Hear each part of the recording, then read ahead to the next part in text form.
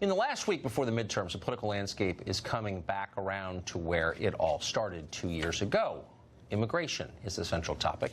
By deploying troops to the border and planning an executive order on birthright citizenship to rein in birth tourism, the president is making it clear that the border, and whether it exists at all or ought to be defended, is the central issue. Brian Dean Wright is a Democrat, a former CIA officer, and he joins us tonight. Brian, thanks a lot for coming on. What a pleasure. So you're a lifelong Democrat from a family of Democrats from Eastern Oregon, moderate FDR Democrats. So taking Trump, the man, out of the equation, when they hear policies like this, send troops to the border, end birthright citizenship for illegal immigrants, what's their response as Democrats to that? Positive. And the reason is that I think most folks feel a degree of compassion, certainly in my own family, for the people in Central and South America who are struggling economically, they're in places of poverty. Well, sure. But most people understand, my family included, that we have laws for a reason, and you can't come in uninvited and unvetted and just march across the border. And secondarily, you can't come to the country, have children, and have very poor English abilities, and certainly poor ability to get a job and support your own family, and then expect a country or a bunch of other people to support you. So I think my family is like most in that we want to have compassion for folks who are struggling and suffering, but we also believe that people come here because of the rule of law.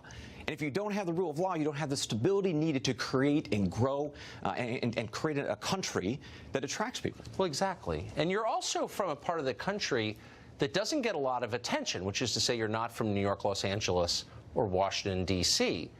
And so the zip code that you grew up in, the town that you're from, is it a lot richer than it was 10 years ago? Probably not, right? No. So do people there wonder, a lot of attention is being paid to foreign nationals, but what about us? Sure.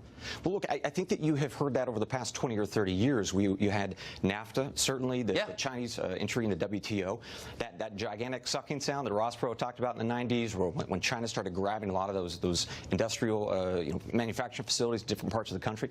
That impacted places where I come from, right? In my hometown was impacted. Our timber mill shut down. So absolutely people get frustrated that they feel like they have been left behind. And the Democratic Party, I think, has done a very poor job at rallying the people in rural communities because they focus now on identity politics, right?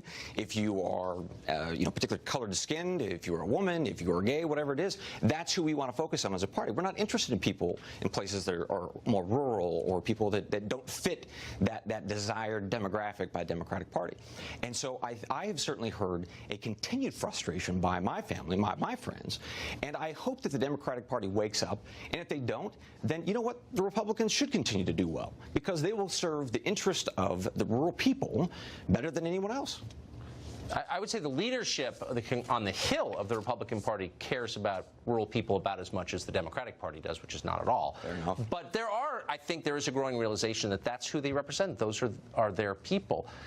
Why do you think the Democratic Party explicitly attacks people from towns like yours?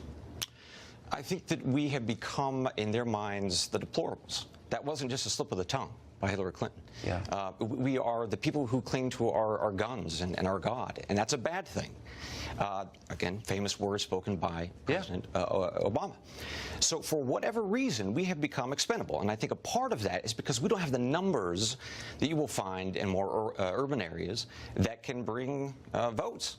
And so our interests aren't of interest. And that's, frankly, the bottom line. It's a political calculus that we are not as important as we once used to be, which, by the way, will end up hurting us big time in the Senate, right? Yeah, well, certainly it will. A despised minority group under attack by politicians, rural America. It's pretty disgusting. Thank you. You put it so nicely. Pleasure. Great to see you. Thank you.